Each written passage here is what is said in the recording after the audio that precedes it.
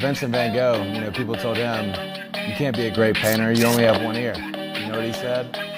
I can't hear you.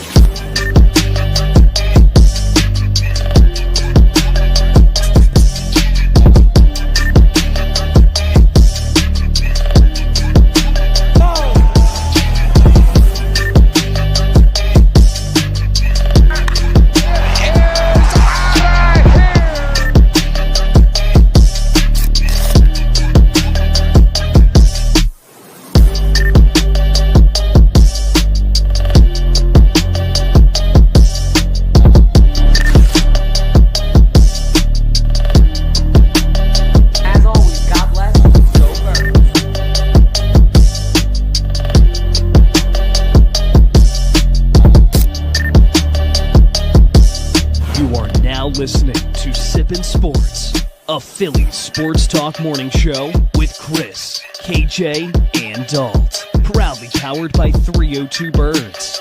Let's take it to the show. Good morning, everybody. Happy Saturday. Welcome to Sippin' Sports. As Benny just said, the Saturday morning Phillies sports talk show hosted by KJ McCoy, Chaos Chris, and Dalt Holland. Myself.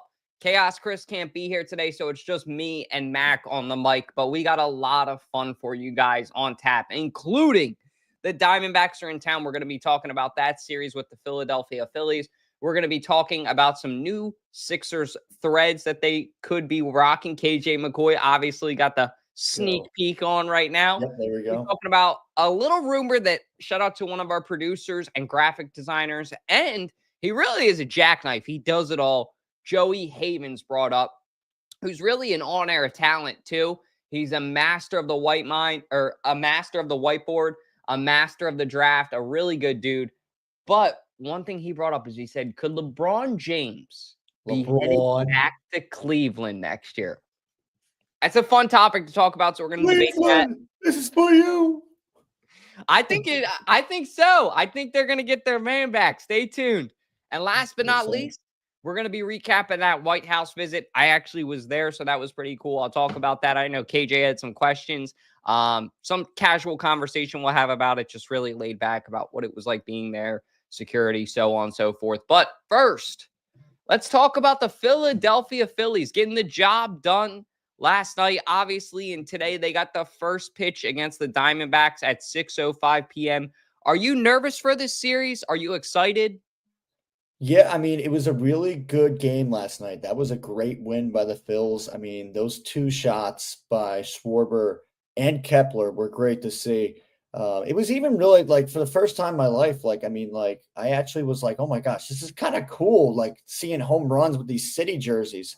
So it was kind of cool. They had the lights all blue and yellow, and I was like, I'm kind of like, okay, this is kind of cool. Still hate the jerseys, but like even my dad was complaining about them, but yeah, it's a really big series. The Diamondbacks, obviously, we talked about it on Wednesday. I still have PTSD from the Diamondbacks. I really do, from 2023.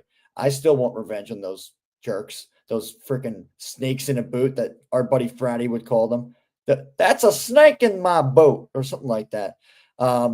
But yes, I mean, they've left a bad taste in our mouth. And I mean, like, to get them in the regular season at home would be great.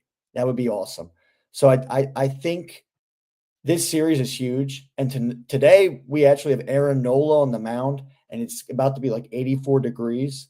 Shout out to my boy Rome. He kind of told me this information as well about that Aaron Nola is actually pitching, and it's going to be 84 degrees. And he actually pitches way better when it's hotter outside. We've noticed right now, I mean, it's an 0-6 start already with Aaron Nola. It's been very disappointing with him. But when it's hot weather, he's used to it because he played down in Louisiana in the New Orleans area. So that's where he's from. And he plays better when it's hot weather. It's going to be 84 degrees. It's going to be a great day. I don't think it's going to rain. I know that Fratty was saying it might be a rained out game. I think it's going to be a perfect baseball game today. I'm looking at the weather, and it looks great. So I think this series is going to be a crucial series for the Phillies to win, and already getting one game under their belt of a 3-game series, I believe it's a 3-game series, is a great sign. So if they can get this game today and pretty much win the series, it's huge. Huge. Yeah, the Diamondbacks are a good team. We obviously know that they got the best of us a couple years ago. Last night was a good win. It's funny. I definitely agree with your dad. I hate those jerseys too. I love the hats, and it's funny because as you said it, I sort of had an idea. What if they took the gray uniforms and then put the navy blue hat with it? That actually kind of would have popped. I don't know if you could have done like a navy blue Phillies with them, maybe a yellow outline, but a gray uniform I think would have been better. But overall, the shitty connects, as I like to call them. Yeah, shitty connects. I agree. The shitty connects. Last night, they figured out a way to get the job done. Last year, they were horrible in those uniforms. Their record was actually, I think it was 6-7, or it was 5-6. It was right under 500 at home in the City Connects. So this year, I feel like they're a lot better in them, at least from what I've seen. And last night, they got the job done. Today's going to be a good test, too, for the Phillies because it's like, cool, you got the job done in a tough, hard-fought win last night. What can you do today? That's going to be the tough part. You know what I mean? Like, that's kind of where this team is going to be made of. So I want to see more out of the bats. Like 3 runs still isn't enough. I want to see around 5 per game. I've been talking about that. And I just feel like the bats haven't really been there for the Phillies either. Now, last night was actually the first Phillies game that I sat down and watched in a long time because I've just been so busy with the draft and other stuff.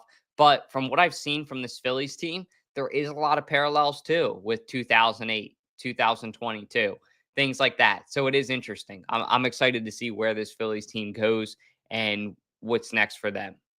But they got a lot more consistency to be aware. Harper's got to get back on track. I mean, Trey Turner's got to get back on track. It's aggravating. And we kind of talked about it on Wednesday to not see those guys really contributing really that much offensively. So I think if those guys, especially in these kind of games, if you can really get hot in these kind of games, it's a big factor, I feel like. So it's a key factor for this team because if you have guys like that really trying to like find their groove and they do find their groove, it's going to be a really big morale for the team. And hopefully it'll keep them rolling and maybe get more wins than losses. Obviously they're not going to be like on like a big game winning streak of like freaking 20 games. But I mean, that's because of the bullpen, I think. That's the main thing that's really holding us back at times too. But you also need to hit. I mean, our buddy Friday said this on the Phillies postgame that we did 2 days ago. You gotta hit. Like we gotta hit, and that's the main thing. The bat's got to be alive. And Bryce and Trey, they're kind of just I mean, guys are stepping up right now. You see Kepler getting a homer. You saw Kyle Schwarber, who's been sensational this season. He's leading the Phils, and I think he's maybe leading the MLB in home runs. He might be up there, but he's just been sensational. So Harper, Trey, you're getting paid. You gotta show that you're actually getting paid. So go out there and do your thing because we know you guys can. It almost makes me wonder. I don't know if you remember this. This is like when we first met. Yeah. We were interviewing David Bergner at the bank. And it was when the Phillies first signed Trey Turner. And I said, how do you feel about Trey Turner like doing what he did in the USA World Baseball Classic? And he said, I hope he doesn't crap out. Meaning, I hope he didn't just use all his energy and then sucks for the Phillies.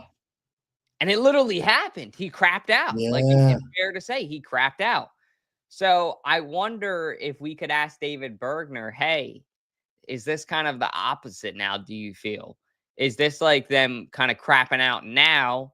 Yeah. And because they're doing that now, they're really going to turn it on later in the year. Maybe that's really interesting you bring that up. He did say that. I forgot about that. And then Trey Turner had that really big slump where we were all calling for his head. Yep. And that's pretty crazy. I mean, like, that's I forgot that David did that. And David, shout out to him.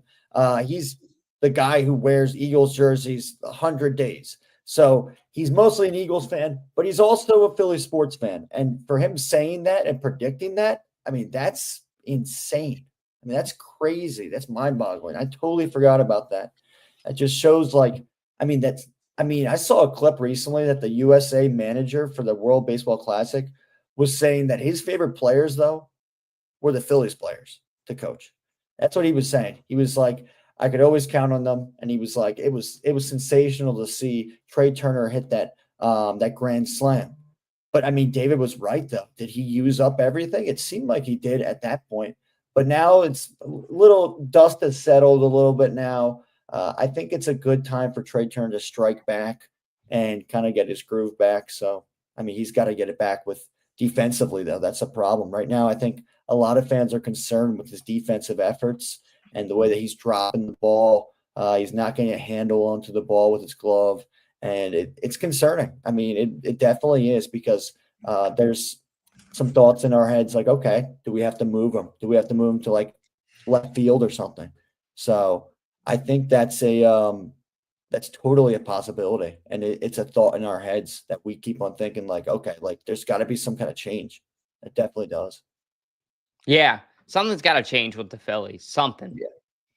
We'll see what it is. But moving on now to our next topic. I never thought we would actually get back to the day where we're going to be talking in a positive way about the Sixers, but we are here with a 24-58 record. We are here. KJ McCoy, why don't you tell the people what we found out this week?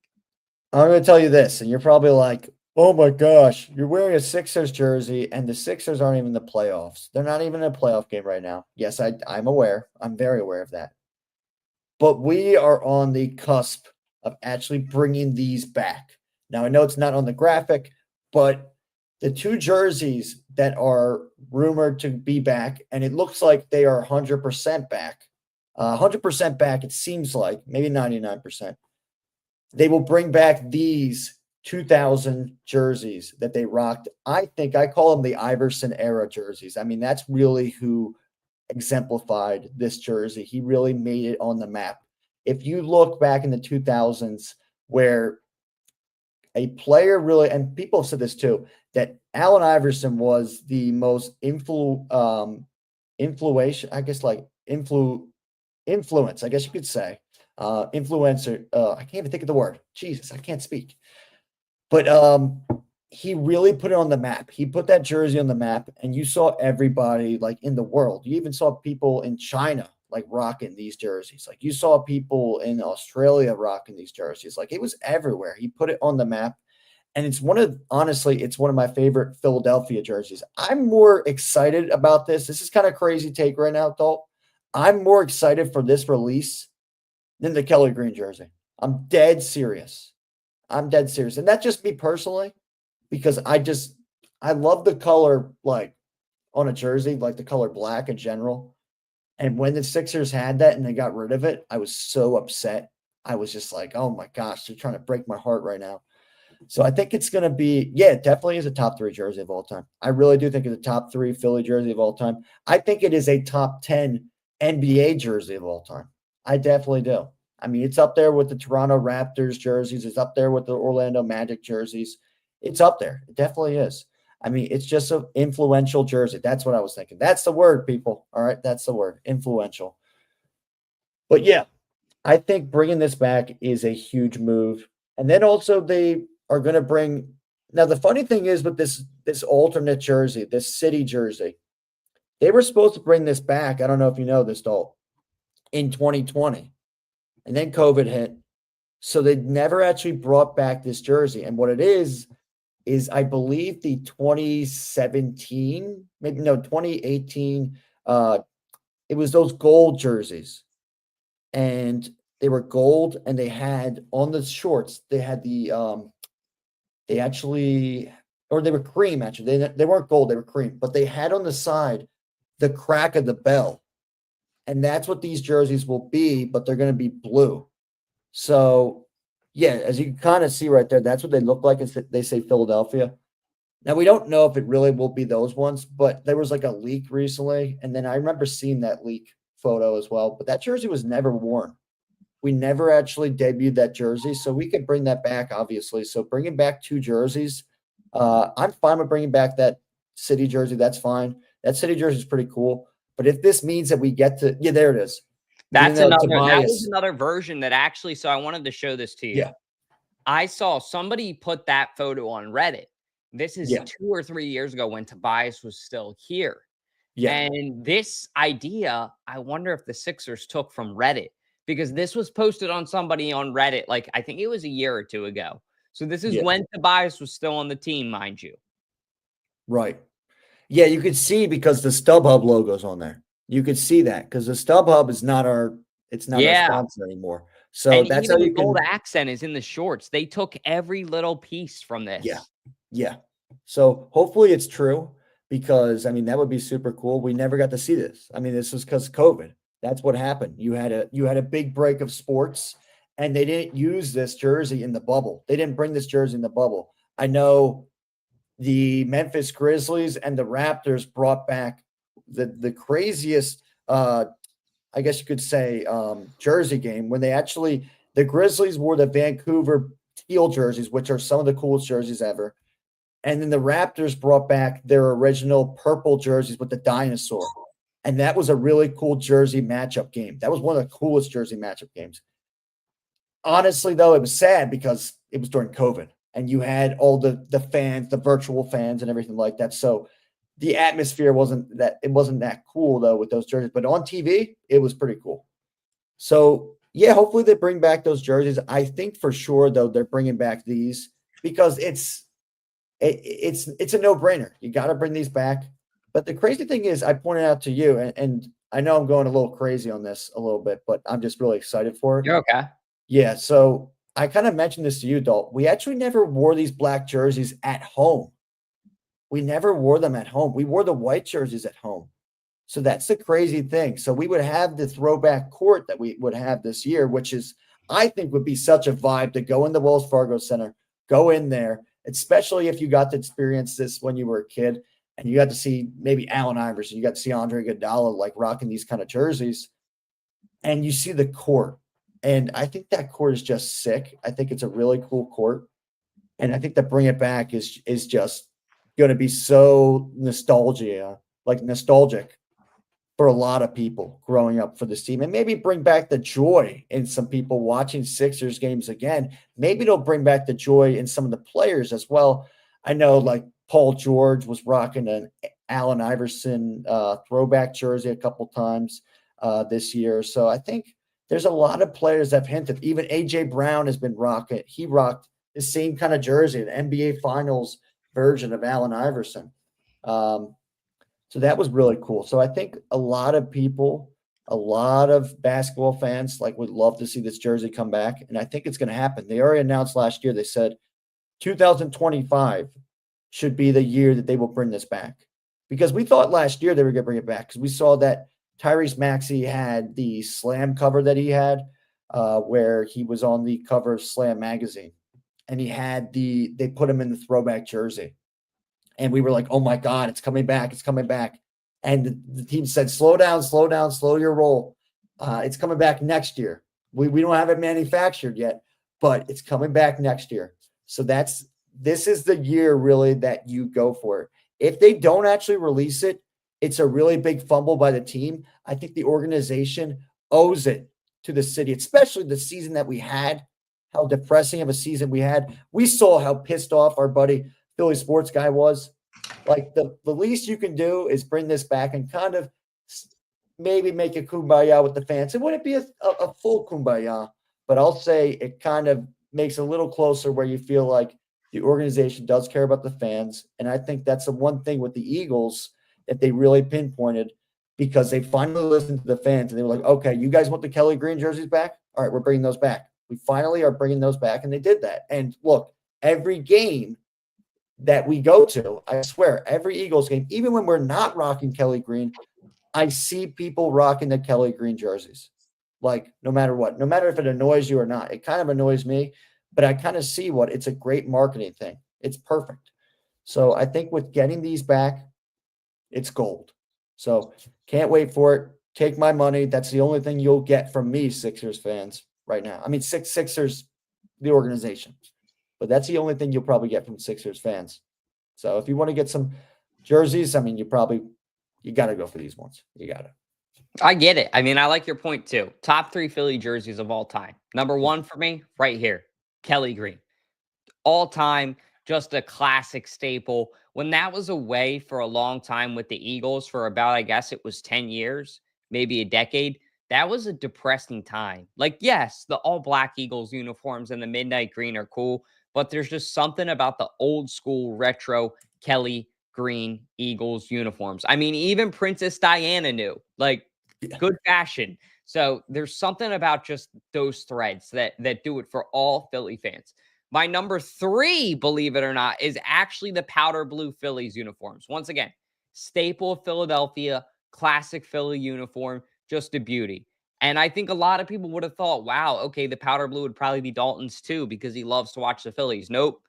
2 for me is this, what they're bringing back, the 2006ers, as we've been calling it. But Yeah. it's just an all-time Philly uniform. It felt like Allen Iverson was born to don this Sixers uniform, was born to be the guy that was recognized in this uniform. Like, this was Allen Iverson's staple, and it's so authentic and passionate.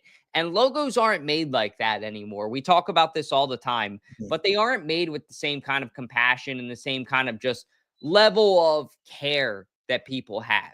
And Right. that's kind of what I thought was interesting about this and this, KJ, is when you combine these two together, you have the navy blue, old school, and then you have this one for the Sixers. And what do you get?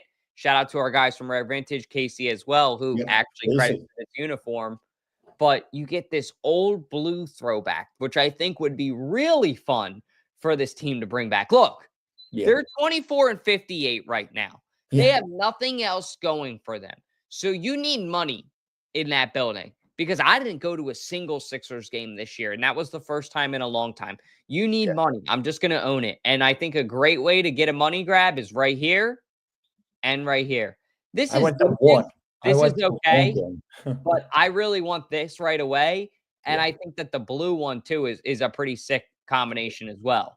Yeah, I think once you bring back the black uniform, like what the Vancouver, I mean, they are Memphis, but they did bring back the Vancouver Grizzlies jerseys. When they brought back in 2020 those blue ones, those teal ones, where Ja Morant really kind of showcased them and made them kind of back on the map.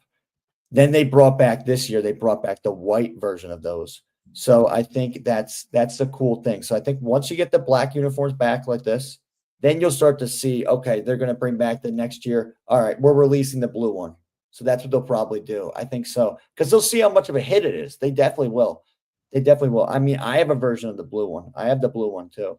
So of Iverson. I have that one. I still got to get the white one. I want to get all 3. So that's the cool thing. I mean, that's how much of a nut I am about like the Allen Iverson era jerseys. I mean, that's what I really call them. I mean, that's what they are. I mean, that's the guy who really put them on the map. I mean, like, that's the jersey you see usually when you have this jersey. It's number 3. Agreed. And I really like what they're doing with it too, is they're putting the old school Nike logo up on the top rather than the one that you see in this photo. They're actually putting the old school Nike Air logo right there, I have that which I think is so cool. Like that Tyrese Maxey jersey, the second it releases, I'm going to grab it. I love yours too with the NBA Finals, but obviously the Sixers aren't in the finals this year, and they probably won't be for a while. So here, I just sent a picture of it too. I can even show it to you too. What's up, Joey? This one. So if you look at this a little bit, you see the StubHub logo, you see the Nike logo. I know it looks reversed. Yep. I don't know if I can reverse it or not, but no, that was clear. You might want to zoom in a little bit. Yeah, you could see though with the look how clean this looks. Like, look how clean. Oh my God. This is sick. This is really cool. And I thought the crypto.com logo would look really weird on it, but it actually looks pretty cool. And the Nike logo you said before too, just like that retro Nike logo where it says Nike, and you got the big check mark right there. And then you got on the shorts as well. I mean, that's just clean as heck. That really is clean. So we will really see if they really debut them. I think they are, because they even said to the fans that they're going to. So I think honestly, in a couple months, I think we are on the cusp of it actually happening where they release it, and I will go freaking nuts. And you could take my credit card right away because I will be buying one. Yep, I'm in the same boat, brother. Take it right away. I'm in the same boat. Yeah. But moving along now to our next topic. This is a fun rumor that shout out to Joey, who came perfect time. And Joe, There you are, the Joe. topic you wanted to hear is LeBron James going to go to Cleveland? So he played with the Cavaliers from 2003 to 2010, and then he came back for another stint, which he won the championship from 2014 to 2018. I will say this. I will probably say no. The reason is I would love it. I would think there would be nothing cooler, and I thought he would have wrapped up his career in this way. But LeBron is a father. He has made that clear. Wherever Bronny Jr. goes, Bronny will go.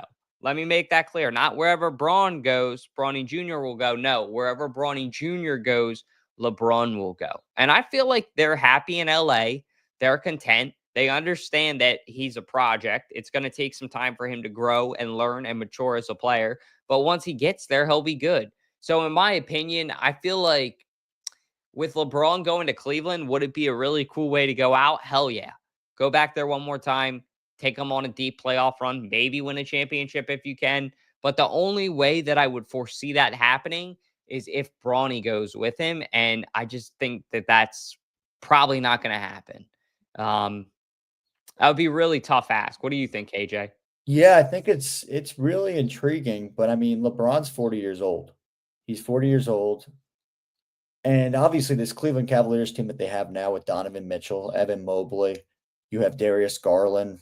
I mean, they have a lot of great young players, and they're a very good young team. I mean, they led the East in the standings. They were one of the top teams. And right now, I think they moved on to the next round. I'm trying to think who they're taking on next round. I'll check in a second. But I think with the Cavs, I mean, of anything, you have a team now that LeBron could come back to and be like, okay, I can really fit in with this team, though. But they also have this really young team that they're really trying to build. So it could be kind of a distraction to the team. It really could be. But I mean, like, we'll see what happens. I mean, I don't think he's a free agent coming out this season. I don't know if he is. I have no idea. I haven't really looked at his contract recently.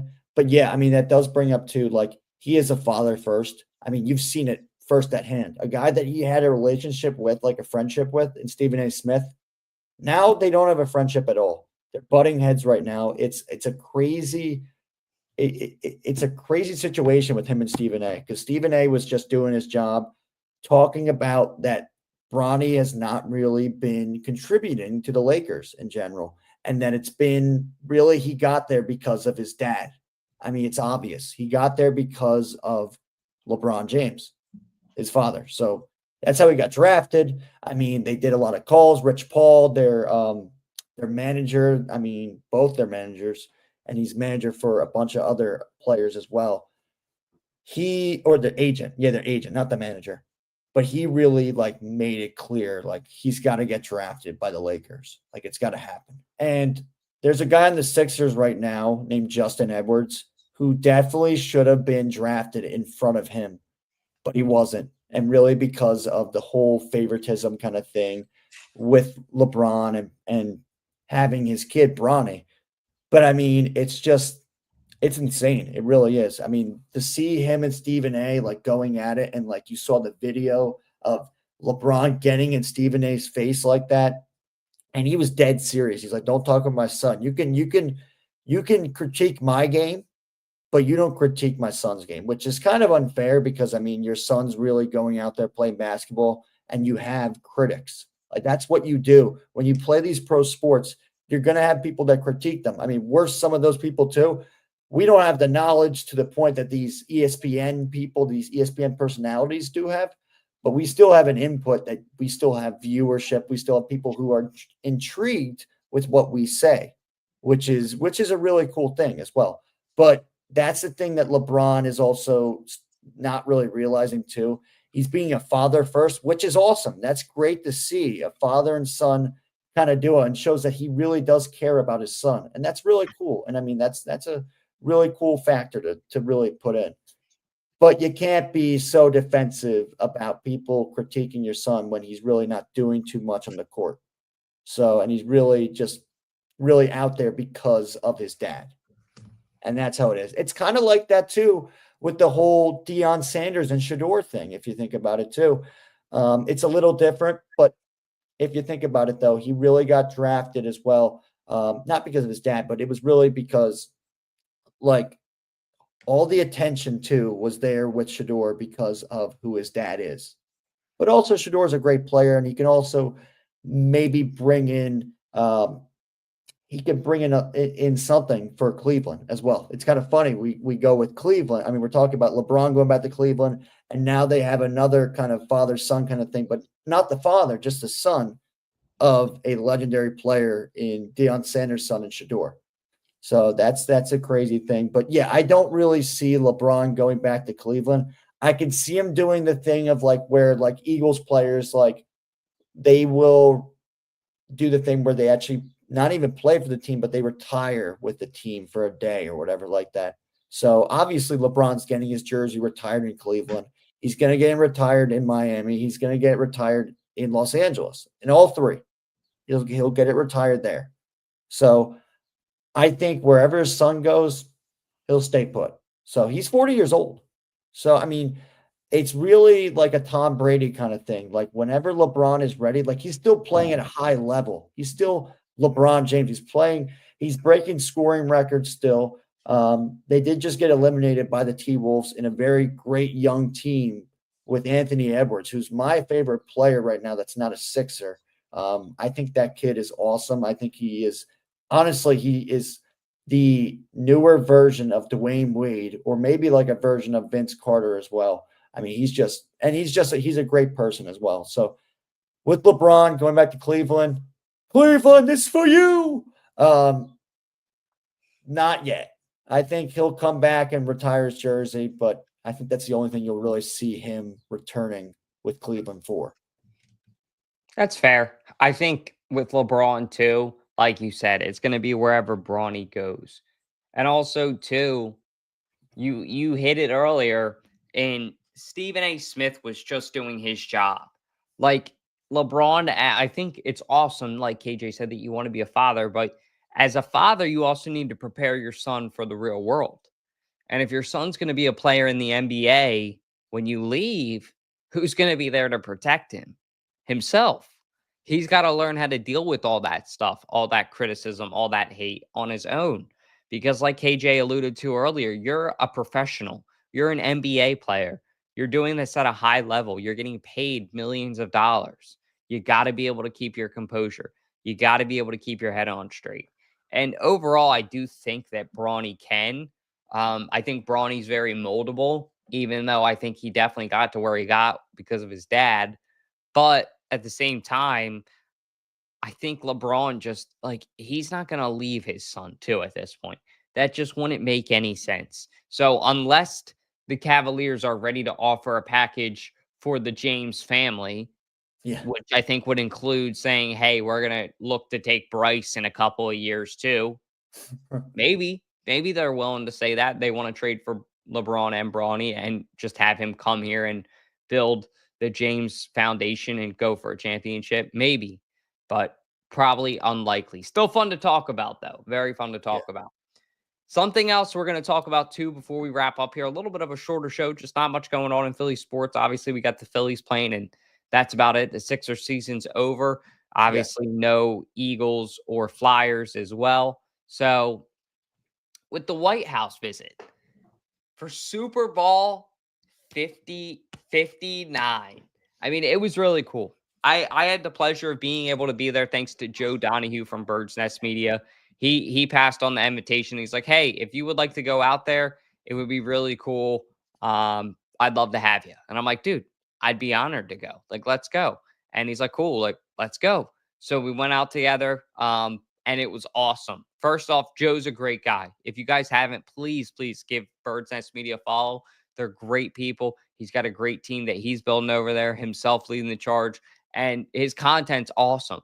So we were able to go into the press room and see where like Fox News, CNN, all of them film. We also went on Pebble Beach is what it's called. We saw all that where they film like basically Fox News in the morning and they had the White House in the background and all that stuff. So we were there. And then we got to go back on the South Lawn for the ceremony. Now, very high security, I will say.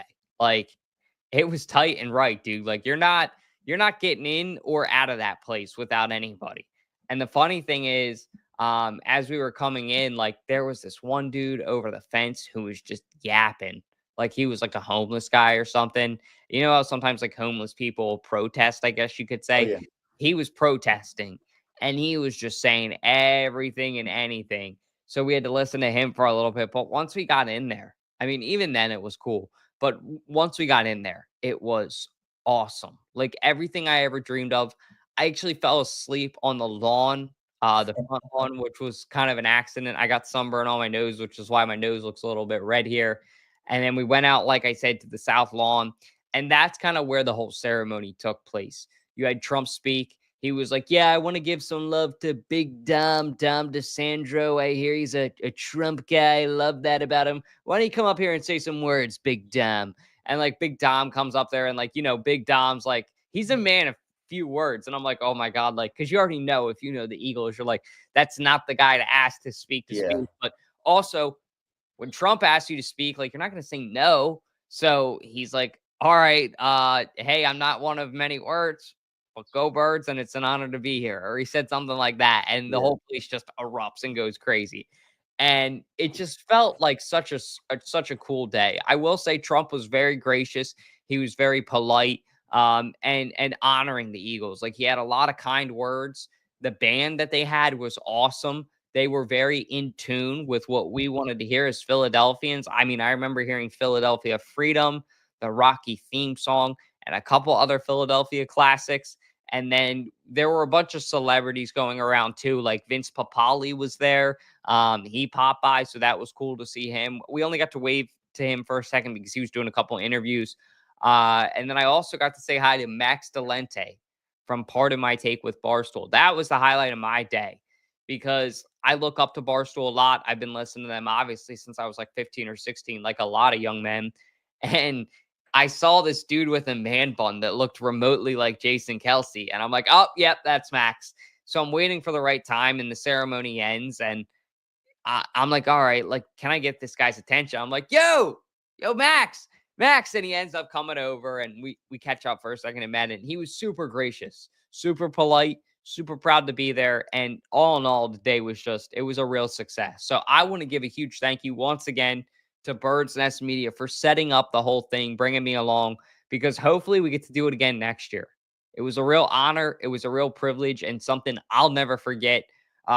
Very, like I said, very secure, very tight and right. Didn't get to meet any players, didn't get to meet like Trump or anything like that for the people that are going to ask in the comments. It was just other press members. But I did get to meet some really cool people from 94 WIP, PHLY Media, the news, like 6 ABC, CBS, all of them. I mean, everyone from Philadelphia media was there. So it was really cool that Bird's Nest Media and 302 Birds were there being able to represent. A very proud moment for me. And I feel like for the team and our country. It So was. all in all, a great day. Yeah, it was a really great day. I mean, I was locked into my phone all day, seeing a text from Dalt, getting images from Dalt and videos, and it was really cool to see him just represent 302 Birds. And I mean, as we said before, like shout out to Joe Donahue. He's a great guy. I always tell Dalt all the time, and I hope Joe sees this as well. He has an amazing like mind of knowledge with the Eagles. And he just has great facts, and just the way that he just really like showcases his facts and like the way that he just like kind of like presents himself is amazing. And I think the White House really probably saw you guys and they were like, oh, wow, these guys are, I don't know who they are, but you know what? They are really presentable, and they came in and they look snazzy and they're looking great. So that's a good thing. And they're not causing any chaos or anything like that. So they're not causing any havoc or anything like that. And I think people, I mean, Dalton knows this. It was a very chaotic day. If you weren't there for Eagles Nation, it was very chaotic. I mean, it just seemed like a full-out war with Eagles fans in general. And it was really sad to see because it really was. And Joe Donahue really put this really well. It was a day to celebrate the team. It wasn't about the political parties. I'm not political. I've said this many times. And it's funny, that day on Monday, I was apparently showcased as a political guy. And I mean, I'm not going to say who like showed me as that, but I'm not at all. I really am not. But I was really excited to go see Dalt and Joe go there and really celebrate. It's really the last part of celebration for when your team wins a Super Bowl. It's like the last part. And we never really got to do that because in 2017, they didn't go to the White House the first time. But this time, there was a lot of rumors saying that they weren't going to go, that it was official, they weren't going. But they actually declined that and they said, no, we're going. Jeffrey Lurie said, no, we are going to the White House because it is a great tradition to go there, no matter who is in the office, no matter who it is. And that was the main thing, I feel like. Really, the last part, really the last celebration factor of this, one of the last ones, because we still got to get our rings.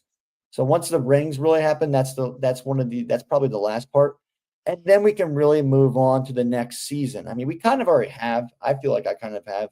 I feel like I've kind of turned the page a little bit already because we have rookies. We have like Jihad Campbell already. We got Kyle McCord, who will be our backup quarterback. For all the people that are saying, like, oh, he's going to be the starter. No, he will not be a starter. Jalen Hurts is the man. He's still starting for the team. And I know there was a lot of the whole thing with the controversy, too. People were actually like, people were saying, I'm done with Saquon Barkley. I'm done representing this team because he was there. And then there was some people saying, like, oh, I'm done with Jalen Hurts because he wasn't there. I'm not mad at Saquon for going. I'm not mad at Jalen for not going. I'm not mad at AJ for not going. They're football players. They represent this team. And they represented this team really well. And they represented Philadelphia, showing how much they love us as fans and showing how much they want to win by winning a Super Bowl. So judging them through their political views just makes no sense at all. And I don't think that was any bit political views. I don't think with Saquon playing golf, I don't think it was a political view. He played golf with Barack Obama as well. He played golf with a bunch of former presidents. I mean, that's just what he does. So I don't think it was him really trying to be like showcasing that he's a supporter of who or whatever. But I think people took it the wrong way, where we should be celebrating this team as a city, as an organization. And we had more people, I felt like, who weren't really showing that during the day and that were fighting with each other and being like, oh my gosh, I'm taking this side, I'm taking that side. And it was aggravating. I'll tell you, it was like a whole war. And it shouldn't be like that, though. We should all be coming together and celebrating this great accomplishment that we took down the Kansas City Chiefs. We took down our former coach in Andy Reid. Like, that's the main thing we can take away from this. And it was really aggravating. I didn't want to really bother Dalt with the aggravating part of it because I was so proud of him. And I told him this. I was so proud of how he went to the White House. He really showcased himself and showed that, you know what, we might be a smaller podcast, but we can become something bigger. And that's a good thing. And I'm just super proud of Joe Donahue and really thankful of Joe Donahue, super proud of Dalt. And it was just an amazing moment for sure. No matter the political views you have, it's still a tradition. And it's one of the last things that we get to celebrate as Eagles fans. So no matter what your political views are on it, like, put it away. Because that day on Monday represented a tradition where you go to the White House no matter who it is. So I'm sorry if I went a little too far with that, but I had to just let it loose. I had to. So there was just so much going on. Oh, sorry, I was muted. I was going to say you're right. Like, speak, because I did kind of feel like with what you're saying, it kind of seemed like it was a hostile day for a lot of Eagles fans. And it's like, come on, like 20 years ago when I was growing up, we were raised when politics were more of a private thing. It was something like it's okay to agree to disagree. Like, if you didn't go, that's okay. Just because somebody else did doesn't mean they can't be your friend. doesn't mean you can't support them. And yet, the things that people were saying about Saquon Barkley, the things that people were doing to Saquon Barkley, saw people throwing magnets out. Like, Yep. I would have went 4 years ago. I would have went a couple years ago if they won in 2022 when Trump wasn't in office. Like, I would have tried to go either way, is my point. And this is just so happens to be the first time that all the stars were aligned and they could actually go. And like Kathleen said, every team has the right to accept. And I think what the Eagles did was really cool too. They actually even said, you know what? We're going to give every player the right to accept or decline. We're going to go. And if you want to join us, you can. If not, it's okay. And I thought that that was an appropriate way to do it. I will say the players that showed up showed out. I mean, you had Eli Ricks, who was flirting with Ivanka Trump. Then you look over in the one room, you got Jordan Mailata, who's basically singing with the orchestra. You got the one dude, I think it was Eli Ricks, who's doing the fight with the Trump painting that's like posing with it. So you just see the whole team like really embodied and having fun at the White House. And I think that that's what it's all about. No matter who the president is, just show up, be courageous, be happy to be there. And it's an honor. It really is, because Joe and I both said, I mean, one of the most American things you can do is win the Super Bowl. I said, look up in the dictionary the word America. You'll see a Big Mac on one side and the Super Bowl trophy on the other. And it's a very American thing to do. So to anybody that I think had a problem with it or got upset with it, come on, grow up. You just got to be better than that, because they're a great team with a great future. And I hate to break it to you, we're going to probably be in the same position next year where they end up back at the White House. And it shouldn't be that day where the players feel like, oh, you know what? Like, think about the guys that are on the fence that maybe just want to go to be with the team. And they're like, I'm not going to go because I don't want that drama. They shouldn't have that. Same thing with the parade. You got to be better than that, some Eagles fans. Howie Roseman getting a freaking full beer can chucked at his head. You got to be better than that. Yeah. So I think that this whole year, 2025, served as a big learning experience for a lot of Philly fans. But let's just hope that 2026 we act a little bit better, because I think success is going to start to be more of a regular thing around here. So we're going to have to learn how to handle that better. Plus, 2026, there's a lot of events coming to Philadelphia as well. I think the World Cup's coming. You got MLB All-Star game too. Would you say? MLB All-Star game as well. Yeah, that's coming to Philadelphia. Yeah. There's a lot of stuff that's coming to Philadelphia in 2026. So I would expect you just got to be able to compose yourself better, Philadelphians. And I think we're getting towards that, but we'll see when the day comes. Yeah. Overall, it was an honor to be there. I don't want to say too much more because I don't want to get too political with it. Yeah, but exactly. Do you have anything else you want to say before we wrap up the show, Mac? I'll just say, if you thought what I said was political, then you do not know what I was speaking at all. I mean, you just didn't hear what I was saying at all. So, yeah, none of that was political. Yeah, none of that was political. I'm not a political guy, but I just had to let it out. So, because that's what it seemed like. That day should have been celebrated. I wanted to celebrate Dalt being there and Joe being there, but there was also some times where I couldn't, because I was pretty much fighting for me not being political. So that was annoying, and that was aggravating for sure. But I don't have any beef with anybody really like that. I mean, like, they can have their own opinions and whatever. But I think, you know what, we all got to come together as Eagles fans. And if you really are like, you come out of that day and you're like, I'm not an Eagles fan anymore. And you're like, you know what, all that celebration, all that amazing feelings that I had for the parade, that's all gone because of this. Then you're in the wrongs, because that's not what the White House visit was about. And that was, as you said before, that was good that Jeffrey Lurie made it optional for the players. And I don't think anybody should be mad about what's going on with it. So, yeah. Yeah, I agree. I think it's one of those things where, like Kathleen said here too, people throwing away his jersey. Please let me and KJ know. I know this guy's got a jersey resale business. He'll take any thrown away. I will take it.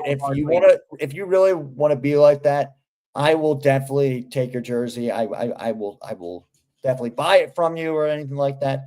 But I will definitely sell it. So, or I'll probably keep it myself. So, But I mean, it's just not that deep. And if you think it is that deep and you think I'm in the wrong, sure, go for it. But I'm not going to talk about it anymore, really, about it, because I already went through that on Monday. I'm not going through that again. Yeah. And I Yeah. think like we all said too, when you play golf with both presidents, there's not really much else that you need to say. It's golf. It's Yeah, golf. that answer kind of speaks for itself. You played with both of them too. So if anybody has any problems, well, guess what?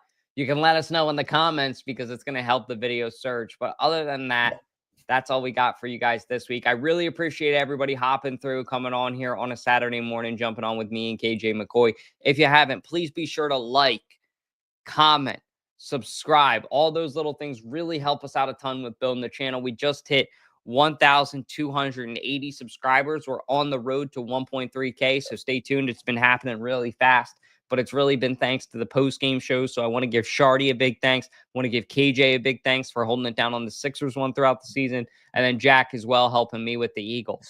But all in all, that's all we got for you guys. I appreciate everybody joining. Stay tuned, TMGF. Me and Mac will make that happen for you. Yes, sir. Hope everybody has a good weekend. Hope the Phillies get the job done tonight. And as always, God bless. Go Phils.